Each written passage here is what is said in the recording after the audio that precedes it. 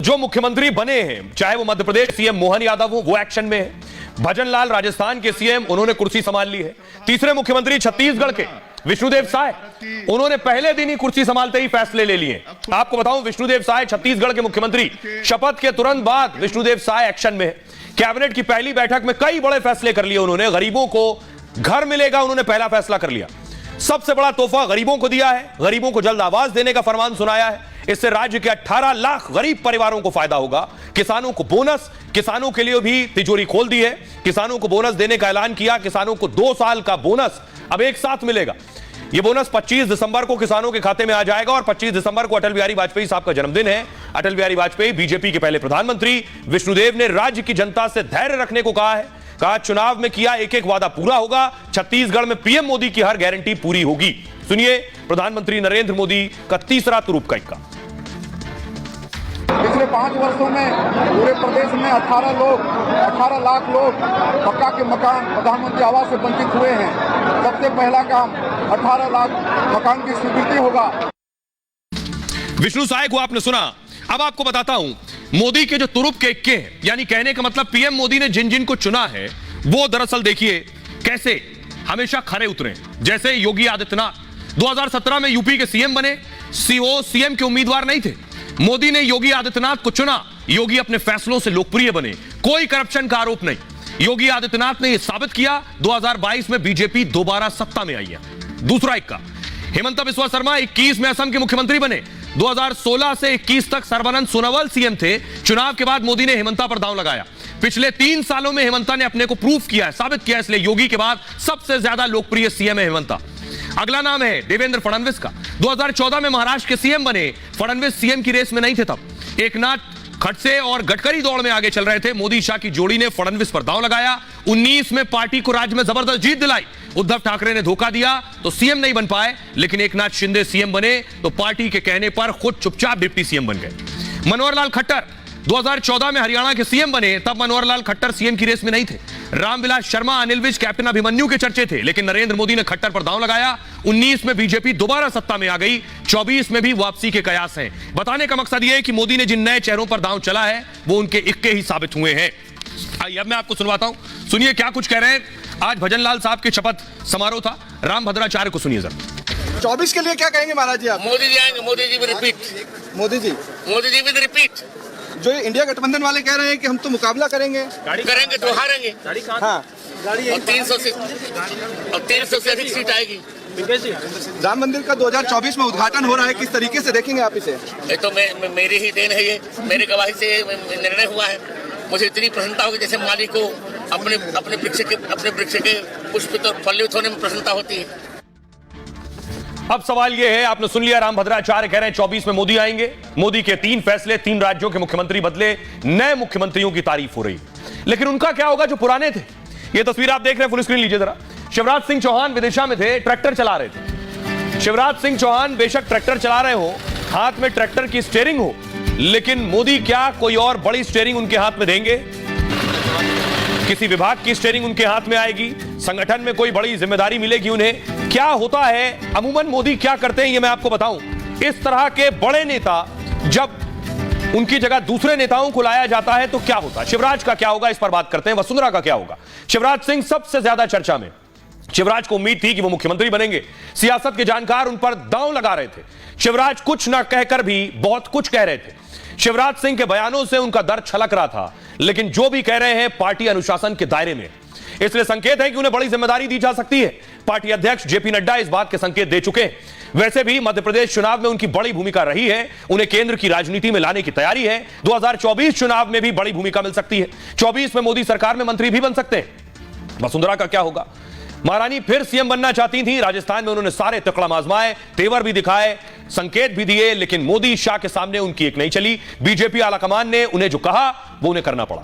ऐसे में वसुंधरा को कुछ बड़ा मिलेगा संभव नहीं दिखता। वसुंधरा राजे फिलहाल पार्टी उपाध्यक्ष है। 2024 में मोदी सरकार में मंत्री बन सकती हैं, लेकिन इसके आसार भी कम लग रहे हैं। आखिर में उन्हें राज्यपाल बनाया जा सकता है। उदाहरण के लिए क्या हुआ रमन सिंह साहब का? रमन सिंह 15 साल तक सीएम रहे। चुनाव के 3 महीने पहले तक पिक्चर में नहीं थे। पार्टी ने उन्हें जिम्मेदारी दी जिसे उन्होंने पूरा किया। छत्तीसगढ़ चुनाव में उनकी मेहनत का फायदा भी मिला। मोदी ने उनकी मेहनत और अनुशासन का फल उन्हें दिया है। रमन सिंह को छत्तीसगढ़ विधानसभा का स्पीकर बनाया गया। उदाहरण सर्बानंद सोनोवाल भी पूर्वोत्तर का चेहरा थे, लेकिन पार्टी ने वहां भविष्य की राजनीति की और सर्बानंद की जगह हिमंता बिस्वा शर्मा को कमान सौंप दी। सर्बानंद ने चुपचाप इसे कबूल किया और सर्बानंद अब मोदी सरकार में मंत्री हैं। सुनिए शिवराज सिंह चौहान के पिछले कई दिनों के बयान जो बहुत कुछ संकेत दे रहे हैं। सब पर भगवान कृपा की वर्षा करते रहें। और मित्रों, अब विदा जस की तस रख दीनी चदरिया। सब पर भगवान कृपा की वर्षा करते रहें। और मित्रों, अब विदा जस की तस रख दीनी चदरिया। एक बात मैं बड़ी विनम्रता के साथ कहता हूं कि अपने लिए कुछ मांगने जाने से बेहतर मैं मरना समझूंगा। वो मेरा काम नहीं है, इसलिए मैंने कहा था मैं दिल्ली नहीं जाऊंगा। आज जब मैं यहां से विदाई ले रहा हूं तो मुझे इस बात का संतोष है कि 2023 में फिर भारी बहुमत से भारतीय जनता पार्टी की सरकार बनी है। मेरा मन आनंद और संतोष से भरा हुआ है। ये सरकार बनी, लेकिन मेरे मन में संतोष है। खबरों में आगे बढ़ते हैं। एक हिला देने वाली खबर है। कोर्ट के जज ने इच्छा मृत्यु की मांग की। सुनकर कोई भी चौंक जाएगा। जज जिसके पास पूरी ताकत होती है, उसे आखिर क्या हो गया कि इच्छा मृत्यु की मांग की। बाकायदा जज ने चिट्ठी लिखी। अगली तस्वीर दिखाई, ये जज की चिट्ठी है। इस चिट्ठी में उन्होंने इच्छा मृत्यु मांगी। और ये चिट्ठी किसे लिखी गई, अगली तस्वीर दिखाइए। ये चिट्ठी लिखी गई है सुप्रीम कोर्ट के CJI chief justice of India Chandrachud साहब को। जरा सुनिए क्या लिखा है उस चिट्ठी में। इस पत्र को बेहद दुख और पीड़ा के साथ लिख रही हूँ। इसे लिखने का कोई और मकसद नहीं है। मैं सिर्फ मेरे गार्जियन सीजीआई से अपनी कहानी बयां करके अपनी इच्छा मृत्यु की प्रार्थना करना चाहती हूँ। मैं बहुत उत्साह के साथ न्यायिक सेवा में शामिल हुई थी। मुझे लगा था कि आम लोगों को न्याय दिलाऊंगी। हालांकि मुझे पता नहीं था कि एक दिन खुद ही हर दरवाजे पर न्याय की भीख मांगनी पड़ेगी। मेरे साथ शारीरिक शोषण किया गया, मुझे कूड़े की तरह ट्रीट किया गया। मैं भारत की सभी कामकाजी महिलाओं से कहना चाहती हूँ कि शारीरिक शोषण के साथ जीना सीख ले। यही सच्चाई है। पॉश एक्ट एक बड़ा झूठ है। अगर शिकायत करेंगे तो प्रताड़ित किए जाएंगे। इसकी शिकायत सुप्रीम कोर्ट तक नहीं सुनेगा। आपको वहां सुनवाई के लिए 8 सेकंड मिलेंगे, फिर अपमान और धमकी मिलेगी। आत्महत्या करने के लिए प्रेरित किया जाएगा। भाग्यशाली होंगे तो यह प्रयास पहली बार में सफल होगा। कोई महिला सोचती है कि वो सिस्टम के खिलाफ लड़ेगी, तो बता दूं, मैं एक जज होकर भी नहीं लड़ पाई। न्याय की बात छोड़िए, मैं सभी महिलाओं को सलाह देती हूँ कि वे खिलौना या कोई निर्जीव वस्तु बनना सीख लें। एक जिला जज ने शारीरिक शोषण किया। जज से मुझे रात में मिलने को कहा। मैंने इलाहाबाद हाई कोर्ट से 2022 में शिकायत की। आज तक कोई कार्रवाई नहीं हुई। किसी ने ये पूछने की जहमत भी नहीं उठाई कि आप परेशान क्यों हैं। मुझे उम्मीद नहीं थी कि मेरी शिकायतों और बयानों को इस तरह लिया जाएगा। मैं बस एक निष्पक्ष जांच चाहती थी। मैंने सोचा शायद सुप्रीम कोर्ट में सुनवाई होगी। मुझे क्या पता था कि याचिका महज 8 सेकंड में खारिज कर दी जाएगी। मेरी प्रार्थना पर बिना कोई विचार किए सिर्फ एक शब्द बोल दिया गया, डिसमिस। मुझे लगा जैसे मेरी लाइफ गरिमा और आत्मा को एक झटके में खत्म कर दिया गया हो। ये मुझे व्यक्तिगत अपमान जैसा लगा। धन्यवाद।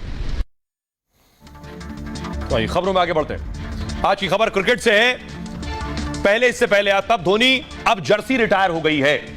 यह है महेंद्र सिंह धोनी की जर्सी नंबर 7। अब यह रिटायर हो गई है। अगली तस्वीर दिखाई।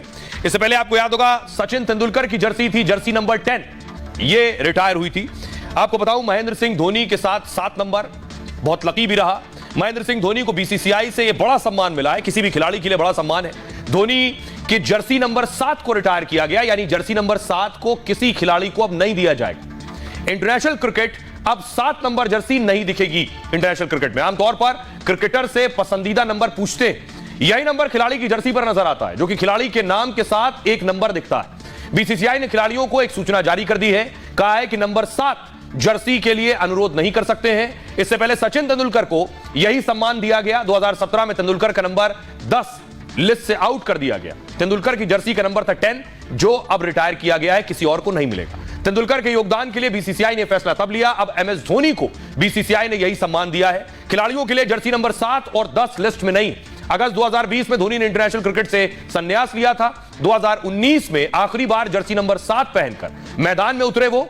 धोनी 3 आईसीसी टूर्नामेंट जीतने वाले एकमात्र कप्तान है और भारत के लिए धोनी ने 90 टेस्ट, 350 वनडे खेले और इसके साथ ही 98 T20 अंतर्राष्ट्रीय मैच भी धोनी ने खेले। धोनी के बाद बतौर कीपर सबसे अधिक आउट करने का रिकॉर्ड है। उनके नाम पर 634 कैच, 195 स्टंपिंग का रिकॉर्ड है। सुनिए जरा राजीव शुक्ला क्या कह रहे हैं। बीसीसीआई का यह फैसला एक तरह से सम्मान है धोनी के लिए, क्योंकि उनका जो योगदान है भारतीय क्रिकेट में धोनी का, उसको देखते हुए फैसला है और ये बहुत उचित फैसला है। इससे जो है एक ऐतिहासिक जो 7 नंबर उनके साथ जुड़ी हुई थी जर्सी, तो कोई दूसरा उसको उपयोग करके वो ब्रांड डाइल्यूट ना हो, इसलिए बहुत अच्छा फैसला है, इसकी सराहना करनी चाहिए।